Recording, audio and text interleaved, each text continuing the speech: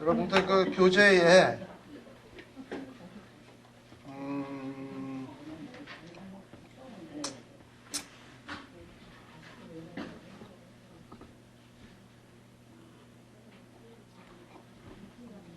4페이지인가요? 네. 제가 아까 그래서 그 왕들에 대한 얘기를 좀 했죠? 네, 애굽의 왕들에 대한 얘기를 좀 했었는데 그 왕들에 대한 얘기를 조금 하도록 하십시다. 그 모세가 태어날 때 모세가 태어나기 전까지는 이제 그 힉소스족이라고 하는 이방 민족이 애굽을 통치하고 있었어요. 그러다 보니까 저는 한동안 제가 요셉 얘기하면서도 한 것 같습니다만, 요셉이 꿈 한 번 해몽해줬다고 바로가 돌았나 총리 대신을 시키다니 그게 좀 이해가 안 됐어요. 사실 생각해 보세요. 뭐 꿈 해몽을 잘했다. 그러면 어떻게 주면 돼? 복채 두둑히 주면 되는 거지. 그죠? 근데 뭐 꿈 해몽을 한번 잘했다고 총리 대신을 시켜? 그건 너무 오버하는 거 아니에요. 그렇잖아요?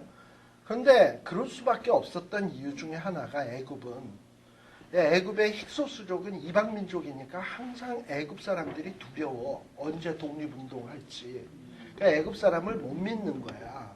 오히려 누가 더 믿음이 가냐 하면 이방 소수민족이 더 믿음이 가는 거야. 근데 이방 소수민족 가운데서 바로의 꿈을 해몽해주고 애굽의 박사들도 못했던 일을 하니까 이거 인재구나. 애굽 사람보다 이 사람을 내가 총리를 쓰는 게 훨 낫겠구나 해가지고 요셉이 총리 대신이 된 거예요. 자, 암만 그렇게 총리 대신이 된들 요셉이 총리 대신이 됐다고 한들 요셉이 일을 제대로 못했어 봐. 이스라엘 백성들이 오히려 더 그럼 미운 털 베끼지. 근데 우리가 알다시피 요셉이 그 7년간의 풍년, 7년간의 흉년 해가지고 정치를 잘 해가지고 사람들이 처음에는 돈을 다 갖다 주고 양식 사갔잖아.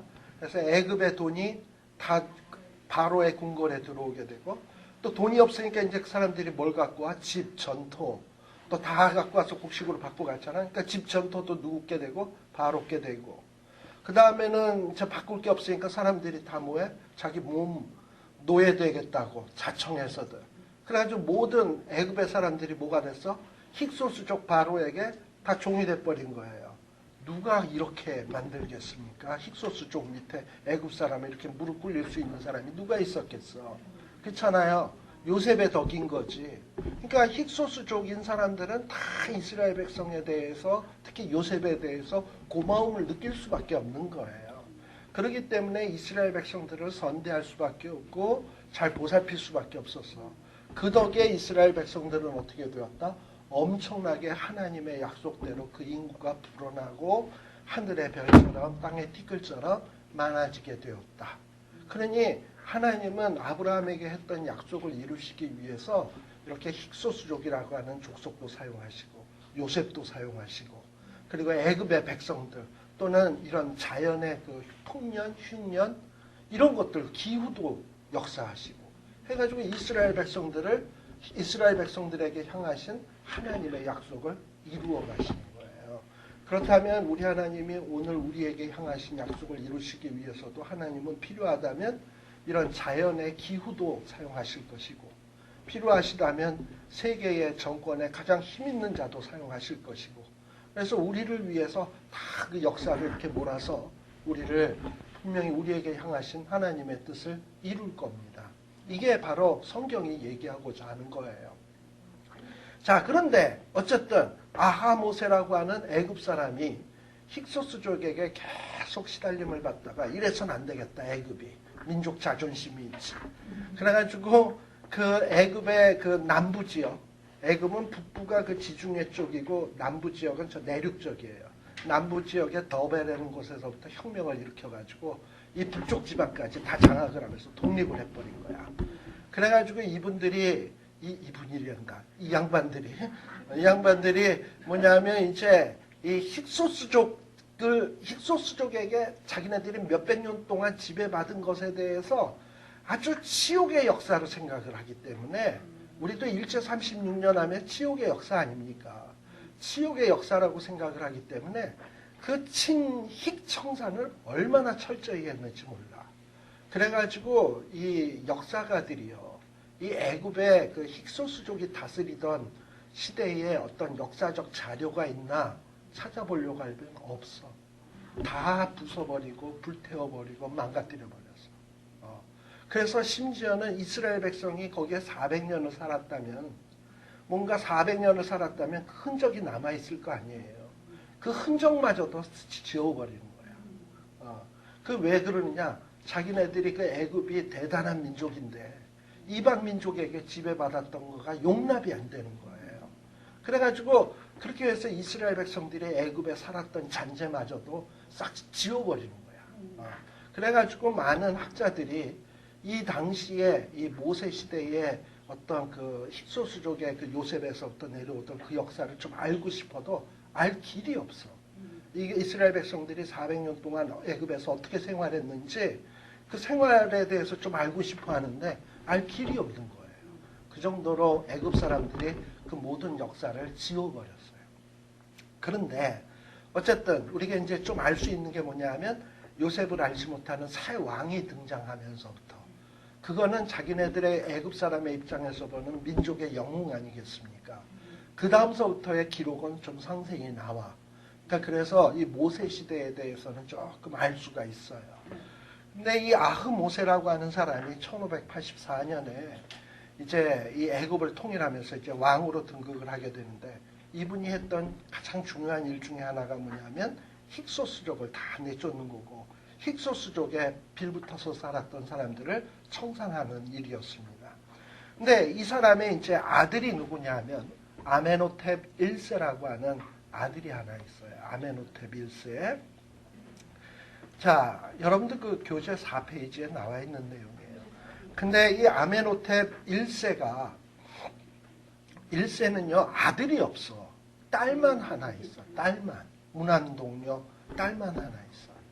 근데 이 아메노텝이 자기가 왕이 땅 된 다음에 자기의 왕위를 누구에게 물려줘야 되는데, 이 딸만 있으니 어떡합니까?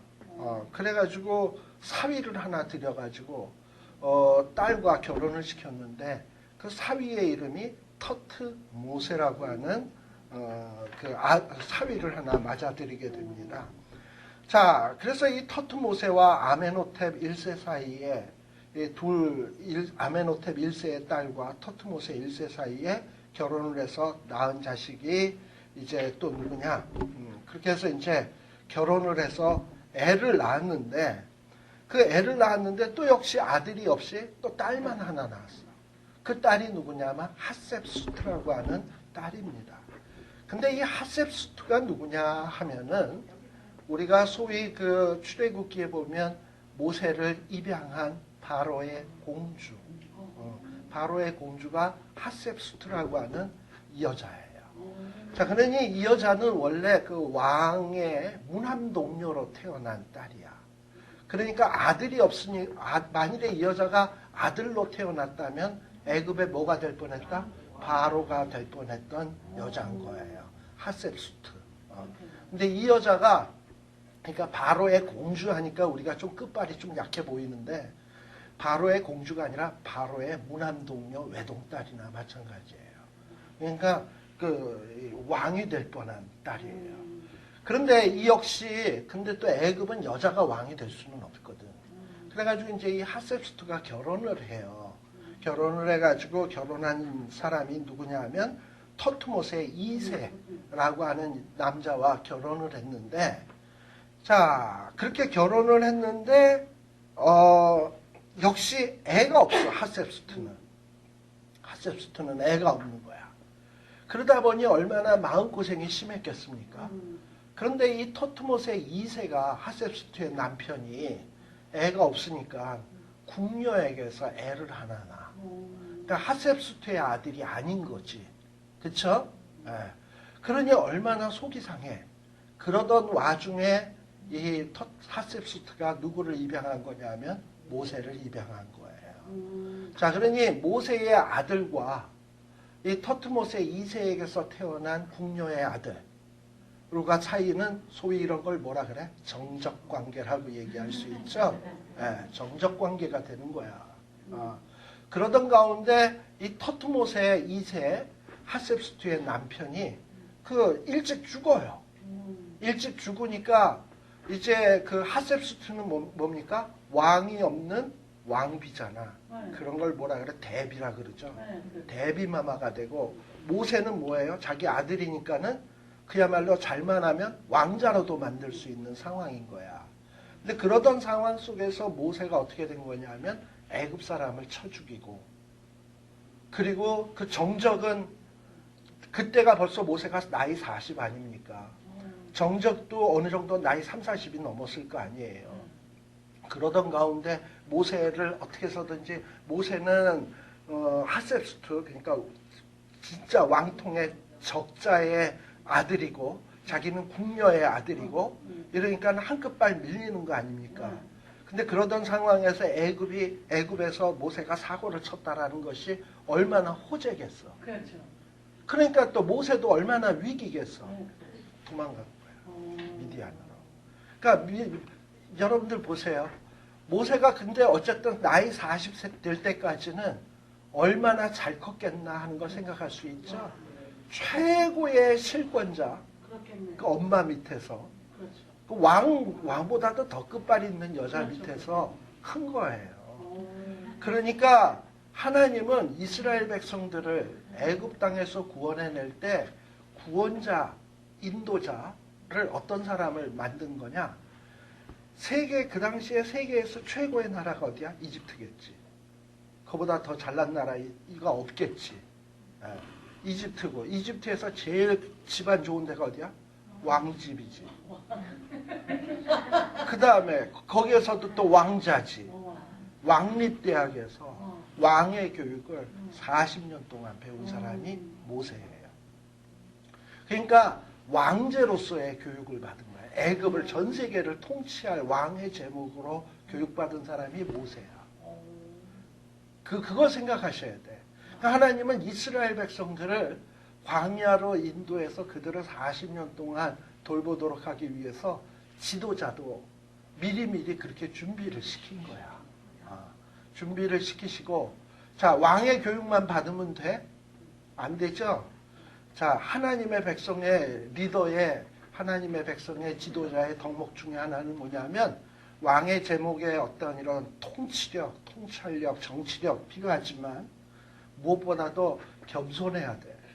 그래서 하나님이 나이 40이 된 다음에 모세를 어디에 보내신다? 광야 겸손대학에 보내신다. 그래가지고 그 겸손대학도 몇 년 동안 다니게 하신다? 40년 다니게 하신다. 그렇게 해가지고 모세를 준비시켰다 그런다면 모세야말로 얼마나 많이 준비된 지도자냐. 그래서 그런 지도자를 쓰셔서 이스라엘 백성들을 출애굽시키고 있는 거예요. 근데 뭐 겸손대학, 광야 겸손대학이라는 게 뭐 배울 게 있겠습니까? 뭐 이런 생각이 들죠. 근데요, 거기가 굉장히 중요한 교육을 했던 데예요. 뭐냐 하면 이스라엘 백성들이 이 출애굽 광야 생활을 몇 년에? 40년 하지. 40년 하는데 이 40년 동안 그 광야의 척박한 곳을 이렇게 돌아다녀야 될 거 아니에요. 그러려면 그 광야에 뭐 기린들 제대로 있겠어? 그런데 모세를 40년 동안 여기서 뭘 시키셨냐? 양을 치게 하셨거든. 그러니까 양 데리고 이리 다니고 저리 다니고 이러면서 어디에 풀 있나, 어디에 물 있나, 이런 뺑뺑이 도는 생활을 몇 년 했다? 40년. 그러니까 모세는 광야 하면은 눈 감고도 어디가 뭐 있는지 다 아는 사람이야. 그러니까 뭐냐면은 이스라엘 백성들을 출애굽시키기 위해서 모세를 답사 보낸 거야. 답사를 몇 년 동안 하게 한 거냐? 40년. 그리고 거기에서 겸손대학. 그렇게 해서 이스라엘 백성들을 구원하기 위해서 하나님이 모세라는 사람을 세우셨습니다. 자, 그리고 이 하셉스투라고 하는 여인은 얼마나 대단한 여자냐 하면은 여러분들이 이집트에 보면 오벨리스크라고 하는 게 있어요. 오벨리스크가 뭐냐면 아마 이집트에서 보셨을 거예요. 뾰족한 연필같이 생긴 뾰족하게 솟은 석탑이에요. 돌로 된 석탑인데 이게 한 30m가 넘어. 그 화강암으로 만든 탑이. 그런 30m가 넘는 탑에 거기 이집트는 상형 문자가 기록이 돼 있죠. 뭐 새 그림도 있고 뭐 독수리 물고기 그림 막 이러면서 글자를 그렇게 썼잖아. 그 석탑에 보면 그 글자가 다 새겨져 있어요. 근데 그 글자가 뭐에 대한 얘기냐면 하셉수트의 공적에 대한 하셉수트 기념비라고 하는 높은 오벨리스크의 석탑이 있고요. 그 다음에 하셉수트의 신전이라는 게 있습니다. 그것도 또 엄청나게 큰 신전이에요. 관광객들이 가면 거기 꼭 들리는 곳이에요. 제가 나중에 필요하면 사진을 한번 보여줄 수도 있는데 그런 걸 보면 야, 저 모세의 어머니 하셉수트라고 하는 그 공주가 단순히 얌전한 공주가 아니라 이런 공주가 아니라 얼마나 정치력이 강한 왕의 버금가는 여자였는가 하는 것을 알 수 있어요. 근데 하나님께서는 바로 이스라엘 백성들을 구원하기 위해서 모세를 그런 여자에게 연결시키셔서 거기서 그 스라에서 교육받게 하시고 지도자 교육받게 하시고 하셨다는 걸 보면 참 이 출애굽기를 딱 들어가기 전에 그런 거를 이렇게 생각을 하게 되면 참 하나님이 자기의 백성을 구원하시기 위해서 얼마나 주도 면밀하시고 치밀하시고 비밀에 다 계산하시고 했는가 하는 거를 우리가 그냥 뼈저리게 느낄 수가 있습니다. 그렇다면 우리도 어느 정도로 우리가 존귀한 자냐 하면 우리 하나님께서는 우리를 예수 그리스도의 보혈을 갖추고 우리를 자기의 자녀로 삼으신 걸 아시겠습니까? 그렇기 때문에 우리는 그렇게 존귀한 자예요. 근데 우리는 하나님은 우리를 존귀하다고 하는데 정작 우리는 우리 자신을 별로 존귀하다고 생각을 안 할 때가 많아. 사실은 우린 굉장히 존귀한 자인데. 그래서 흔히들 사람들이 왜 자살하는가? 나 같은 게 살아서 뭘 해? 이런 생각하는 거예요. 제대로 된 신자가 아닌 거야. 제대로 된 신자고 내가 하나님의 자녀다고 내가 굉장히 존귀한 자고 가치가 있는 사람이다라고 생각하는 사람은 자살 같은 거 절대 안 해. 순교는 할지언정. 아시겠어요? 자살은 안 해. 근데 왜 자살을 하냐? 자기의 가치를 모르는 거야. 그러니까 우리가 이 출애굽 역사를 보면서 이렇게 별 볼 일 없는 이스라엘 백성들을 하나님께서는 이렇게 사랑하시는데 심지어 나와 여러분들에 대해서는 얼마나 사랑하실까 이런 생각을 하시라고요. 그러면서 이런 나를 위해서 하나님이 베풀어 주신 구원, 은혜, 그 축복 이걸 생각하면 가슴이 울컥울컥 해야 돼. 그러고서는 정말 하나님 앞에서 내가 어떻게 살까? 어떻게 보답할까? 이런 반응으로 자연적으로 나올 수밖에 없는 거예요.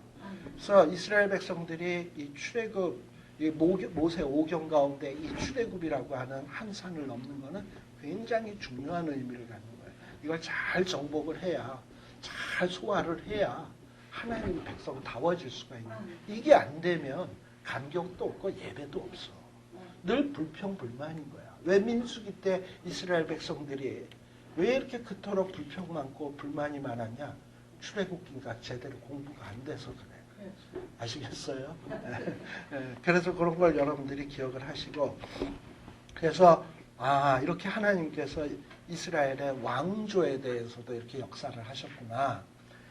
자, 이제 한 10여 분 남았는데요. 오늘은 어차피 서론입니다.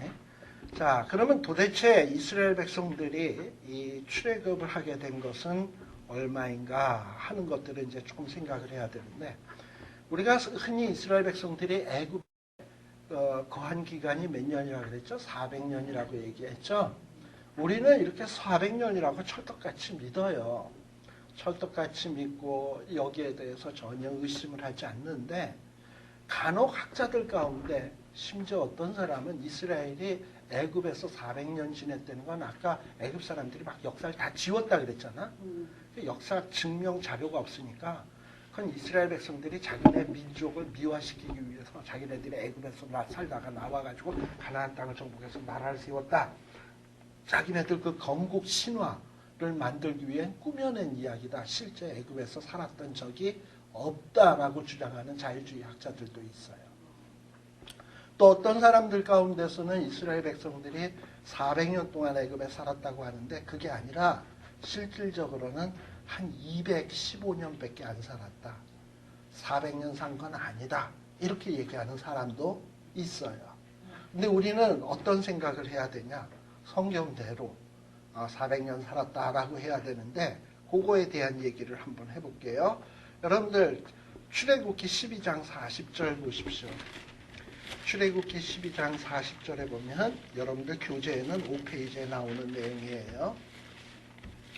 12장 40절에 보시게 되면 자 거기에 보면은 이스라엘 자손이 어디에 거주한지 애굽에 거주한지 430년이라. 우리말 성경에는 이렇게 돼 있어요. 근데 우리말 성경은 이렇게 돼 있는데 아까 제가 70인경이라고 그 구약 성경을 헬라어로 번역한 성경이 있다 그랬잖아요. 거기에는 뭐라고 돼 있냐면 이스라엘 자손이 애굽과 가나안 땅에 거주한 지 430년이라고 돼 있어요. 거기에 뭐가 하나 더 들어가 있냐면 애굽과 가나안 땅이라는 말이 같이 들어가 있어요. 그래서 어떤 영어 성경 같은 데 보게 되면 애굽과 가나안 땅 둘 다 나와 있어요. 자, 그러면 430년이 무슨 기간이라고? 애굽에 거하고 가나안 땅에 거한 기간이 돼버리는 거죠. 네. 자, 그런데 무슨 문제가 생기느냐 하면 이스라엘 백성들이 아브라함 때 갈대아 우르에서 살다가 가나안 땅에 들어와서 산 기간이 아브라함 때서부터 이 요셉 때 이민 갈 때까지의 그 살았던 가나안 땅에 살았던 기간을 계산을 해보면 215년이에요. 그게 어떻게 해서 215년이냐? 여러분들 한번 생각해 보십시오. 이 아브라함이 가나안 땅에 오게 될 때가 나이 75세였어요. 그래가지고 이삭을 낳은 때가 몇 살이냐면 25세예요. 그러니까 25년 됐을 때 아브라함이 가나안 땅에 들어와서 25년 됐을 때 누굴 낳았다? 이삭을 낳았다. 이삭을 낳았어요. 자, 그리고 이삭이 몇 살에 야곱을 낳는 줄 아세요? 60세에 야곱을 낳습니다. 60세에 40에 결혼해서 60세에 낳습니다. 자, 그리고 이삭이 60세에 야곱을 낳고 그러면 야곱은 이때 빵살이지. 그 야곱이 몇 살 됐을 때 애굽에 가냐면 바로 앞에 섰을 때 내 나이 131호 돼라는 얘기를 해요. 자, 그러면 더하기를 해봅시다. 130, 60, 25 하면은 토탈 합하면 215년이 되는 거예요. 그러니까 야곱이 130이 됐을 때 애굽에 들어간 거잖아. 가나안 땅 안에서의 생활이 끝난 거잖아. 그러니까 아브라함이 가나안 땅에 들어와서 25년 지나서 이삭 낳았고 이삭이 60세 되었을 때 그러니까 85년 되었을 때 가나안 땅에 들어온 지 85년 되었을 때 야곱 낳았고 그다음에 그로부터 130년이 지난 다음에 이스라엘 백성들이 애굽에 들어간 거잖아. 그럼 215년 된 거지. 자, 그러면 215년 됐다 그런다면 40절에 보면 애굽과 가나안에 거한 지 430년이라 그러면은 가나안에 거주한 지가 215년이면 애굽에 거한 지가 몇 년이 되는 게 돼버려? 215년이 돼버려. 그래서 여기에 근거해가지고 어떤 사람은 이스라엘 백성들이 애굽 땅에 거한 기간이 몇 년이다? 215년이다. 라는 이런 주장을 하는 사람이 있어요. 자, 그리고 또 요거에 대해서 또 215년이라고 주장하는 사람은 또 뭘 갖고 또 얘기하냐 하면 신약성경 갈라디아서 3장 17절인데요. 갈라디아서 3장 17절에 보면 무슨 얘기냐? 하나님이 찾으셨어요? 갈라디아서 3장 17절.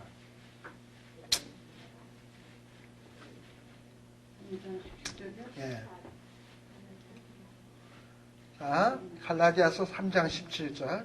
하나님이 미리 정하신 언약을 430년 후에 생긴 율법이 없이 하지 못하여 그 약속을 헛되게 하지 못하리라. 그러면서 이 사람들은 하나님이 미리 정하신 언약, 이걸 누구에게 주신 언약이라고 생각하냐면 아브라함이 75세 때 받은 언약을 430년 후에 생긴 율법이 없이 하지 못하여 그 약속을 헛되게 하지 못하리라고 하는 거예요. 자, 그렇다면 아브라함이 75세 때 받은 언약이라 한다면은 역시 215년, 가나안에서 215년 살고 애굽에서 215년 살아야 430년이 되는 거죠. 갈라디아서를 이렇게 해석을 하는 거예요. 자, 그리고 또 창세기 15장 16절에 보면 무슨 얘기도 나오냐면 내 자손이 4대 만에 이 땅으로 돌아오리라. 이거 누구에게 하신 말씀이죠? 하나님이 아브라함에게 한 말씀인데 아브라함에게 뭐라 그랬어요? 내 자손이 몇 대 만에 온다? 4대 만에 온다. 보통 우리가 옛날에는 이 3대가 같이 사는 집이 참 많이 있었어요. 할아버지, 아버지, 아들 이런 식으로 3대가. 자, 그러면 1대와 2대 한 세대를 몇 년으로 우리는 보통 생각을 합니까? 보통 아버지가 되는 나이가 한 세대잖아. 그럼 뭐 넉넉 잡아 한 30세, 뭐 늦어도 40세. 이게 한 세대예요. 3, 40년이. 80년이면 한 두 세대 되는 거야. 근데 4대가 400년이다? 너무 많지. 근데 215년이다 그런다면 한 50년씩 친다 하더라도 5, 4, 20? 좀 되는데 400년을 4대 만에 돌아온다 그러기에는 너무 400년이 길단 말이에요. 그러니까 215년이다 이렇게 얘기를 하는 거야. 창세기 15장 16절. 자, 그래서 이 애굽에서 거한 기간을 뭔가 이 430년이 아닌 215년으로 주장하는 사람들도 있는데 이 얘기가 잘못된 이유를 제가 좀 설명을 드릴게요. 첫 번째는 우리가 아까 출애굽기 12장 40절에 이스라엘 자손이 애굽에 거주한 지 우리 성경에는 가나안 땅이라는 말이 안 나와 있죠? 네. 우리말 성경에는 가나안 땅이라는 말이 안 나와 있죠? 왜 그러느냐? 원래 그 히브리어 성경 마소라 사본이라고 있어요. 거기에는 가나안 땅이라는 말이 없어요. 우리가 성경에 아까 70인경 구약 성경을 헬라말로 번역한 성경 아주 훌륭한 성경이긴 한데 그 성경이 이 마소라 성경보다 더 권위가 있냐? 그렇진 않아. 근데 이 마소라 성경에는 뭐가 있냐? 가나안 땅이라는 말이 없어요. 그래서 우리말 성경으로 번역할 때는 가나안 땅을 번역을 안 한 거예요. 그러니까는 우리는 뭘로 보는 거다? 애굽에 거주한 지 430년으로 보는 거예요. 순수하게 애굽의 거한 기간을 430년으로 본다는 거예요. 암만 70인경이 그렇다 하더라도. 자, 그 다음에 또 하나는 뭐냐 하면 또 출애굽기 12장 41절 한번 보세요. 430년을 마치는 그날에 이렇게 돼 있죠? 12장 41절. 자, 지금 요 얘기가 어디 있을 때 얘기입니까? 애굽에 있을 때 얘기죠? 애굽에서 여태까지 살아온 것이 끝나는 그날에 요 얘기가 430년이라는 말이 들어간 거예요. 자, 근데 애굽에서 산 거 플러스 가나안까지 산 거를 포함해서 얘기한다면 이렇게 얘기할 수 있겠습니까? 지금 여기 보면은 애굽에서 산 것을 청산한다라는 의미가 강한 건데 뭐 가나안까지 포함한다 해서 430년을 했다라고 얘기하기는 좀 그렇죠. 그러니까 문맥상으로 볼 때도 요거는 430년을 마치는 그날에 했다면은 애굽에서 430년을 마친 거지. 이 430년이 가나안 215, 애굽 215를 마치는 그날에 이 말이 아니라는 얘기야. 그치요? 예? 그 다음에 우리 아까 갈라디아서 3장 17절 기억하시죠? 갈라디아서 33장 17절에 보면 하나님이 미리 정하신 언약을 430년 후에 생긴 율법이 없이 하지 못하여 그 약속을 헛되게 하지 못하리라 라고 되어 있잖아요. 자, 그런데 이 갈라디아서 3장 16절에 하나님이 미리 정하신 언약이라는 것이 꼭 아브라함하고만 맺은 언약을 언약이라고 얘기할 수 없어요. 하나님은 이 언약을 아브라함하고만 맺은 것이 아니라 야곱하고도 많이 맺으셨어. 근데 야곱에게도 뭐냐? 애굽에 내려가는 것을 두려워 말라. 네가 돌아온다. 약속하셨거든. 그렇기 때문에 이것을 아브라함에게만 국한할 약속으로 봐서는 안 된다라는 얘기예요. 이해가시죠? 네. 예. 그래서 그리고 또 4대가 400년이다? 너무 길지 않냐? 근데 우리 성경에 가만 보면 말이죠. 아브라함이 이삭을 몇 살에 낳았냐? 100세에 낳았어. 그래서 뭔가 1대가 100세인 거야. 그렇게 보면. 그렇게 친다면 4대 400년? 뭐 그렇게 큰 무리스러운 것도 아니다라는 거. 그래서 우리는 보통 이 보수주의 교회에서는 이 이스라엘 백성들이 430년 있었다. 애굽에. 이걸 그냥 액면 그대로 믿지.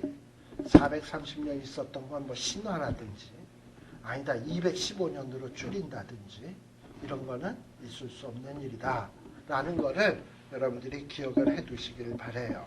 자, 그렇다면 마지막으로 이스라엘 백성들이 출애굽을 하게 된 때는 언제냐? 이거에 대해서도 사람마다 설이 구구해. 자, 아까 애굽에 아예 이스라엘 백성들이 산 적이 없다라고 하는 사람들은 출애굽 사실 자체가 거짓말인 거지. 그러니까 출애굽 연대 자체가 의미가 없는 거예요. 그죠? 그렇게 되면.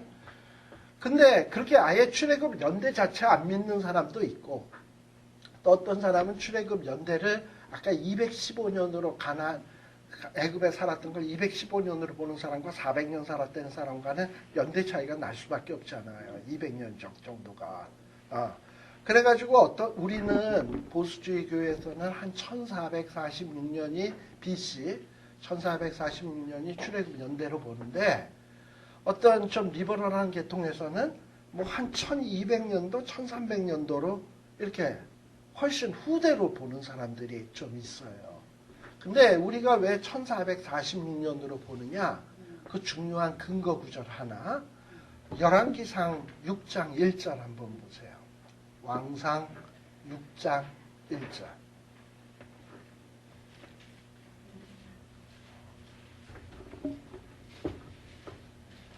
우리가 이스라엘 백성들의 출애굽 연대를 1446년으로 보는 가장 중요한 근거 가운데 하나예요. 자, 거기에 보면 솔로몬의 즉위 몇 년? 열왕기상 6장 1절. 솔로몬 즉위 4년. 누가 한번 읽어보세요. 시작. 400 몇 년이라? 480년이라. 근데 그때가 언제냐 하면 솔로몬의 왕이 즉위한 지 4년 되었을 때예요. 거기 6장 1절에 보면 그렇죠? 자, 근데 우리 아까 자유주의자들 얘기했습니다만 출애굽 자체를 아예 안 믿는 사람도 어디서부터가 이스라엘의 참역자라고 믿냐 하면 다윗부터는 참역자라고 생각을 해. 그건 신화가 아니라고 생각을 해. 그럼 다윗이 참역사면 솔로몬도 당연히 참역사겠지. 그러니까 솔로몬의 즉위 4년은 자유주의자들이나 보수주의자들이나 똑같이 BC 한 966년으로 다 통일되어 있어요. 그러니까 솔로몬이 왕이 된 해가 966년이야. 즉위 4년이 966년이야. 자, 그러면 966년이라는데 자유주의자나 보수주의자나 서로 이견이 없어요. 다 의견이 동일해.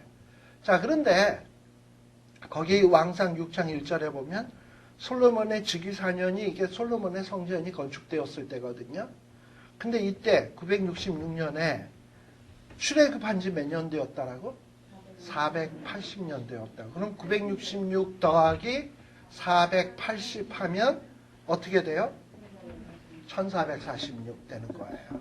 그래서 우리가 출애굽의 연대를 계산하는 데 있어서 가장 중요한 근거가 되는 성경 구절이 열왕기상 6장 1절이다.